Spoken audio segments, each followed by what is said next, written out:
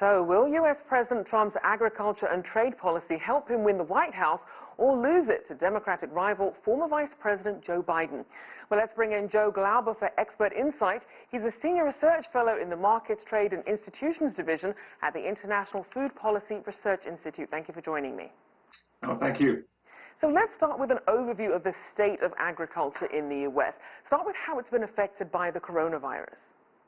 Well, yes, the coronavirus, like it's affected many industries worldwide. Agriculture was hard hit initially, particularly in the processing industries like meat packing, where we saw a lot of the plants shut down. And these were plants where a lot of people were working very, very close together. The COVID epidemic hit and took a lot of that capacity down for about several weeks in any event, and that caused retail prices to increase and producer prices to decline. Those problems actually have improved a lot, I think, over the last 2 or 3 months, so that production is about back on pace. So those industries are doing better. But you know, the real concerns are the economy and whether or not demand will stay high. Thus far, it seems to be doing very well. So I'm sorry, go ahead. Sure. So as we look at how some of these issues are being addressed, what are the farming community's thoughts on Trump's agriculture policy, and does he still enjoy their support in some of these key states throughout the U.S. Midwest and South?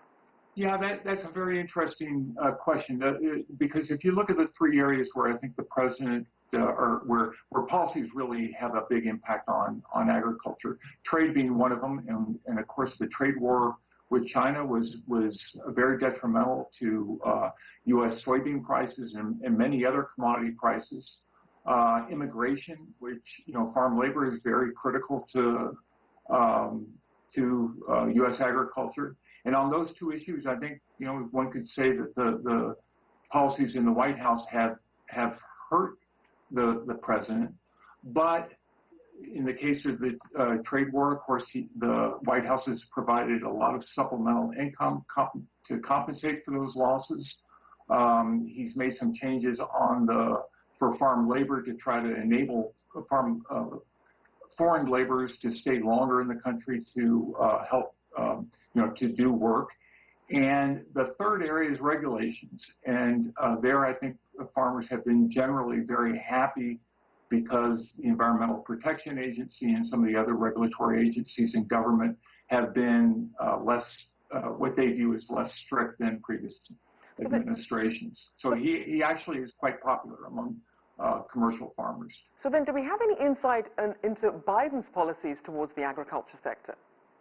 Well, yes, I think there's, in terms of the income support programs, I think he's generally very supportive of the same sort of programs that have existed in this administration and in previous administrations in terms of what we term the farm bills and the standing price and income support programs. Where I think Biden is very different from the president is that he is championing moving towards policies that would reward farmers for reducing their carbon footprint.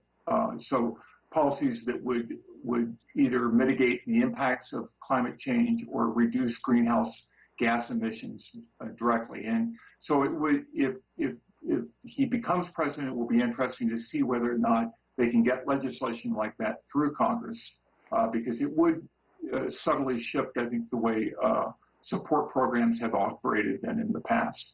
And there's certainly been, on a lot of fronts, a lot of issues. You have the trade war, you have the pandemic, you have extreme weather. Now also weighing on the industry, the Midwest seeing some drought. What are some of the other big concerns about not just climate change, but some of the other issues to do with agriculture that aren't being talked about? Well, again, I think immigration policy is a big one. That's been on us in Congress over the last several years about how to get long-term reform to the immigration system to be able to bring in, as far as farmers are concerned, bring in laborers that will be able to work in the country and not have to, so that they can come in legally and not be forced, as many farmers do, go towards undocumented workers. So that's one, and I think again the trade side I think is very, very important. And long term, I think we've seen instability that over the last 2 or 3 years, and that's been again compensated by significant sums of money, some 50-some-odd billion dollars over the last 3 years, and I don't think that's sustainable. So hopefully we'll get calmer trade policies. All right. Well, thank you so much for your insights. Joe Glauber there, Senior Research Fellow of Markets, Trade and Institutions Division at the International Food Policy Research.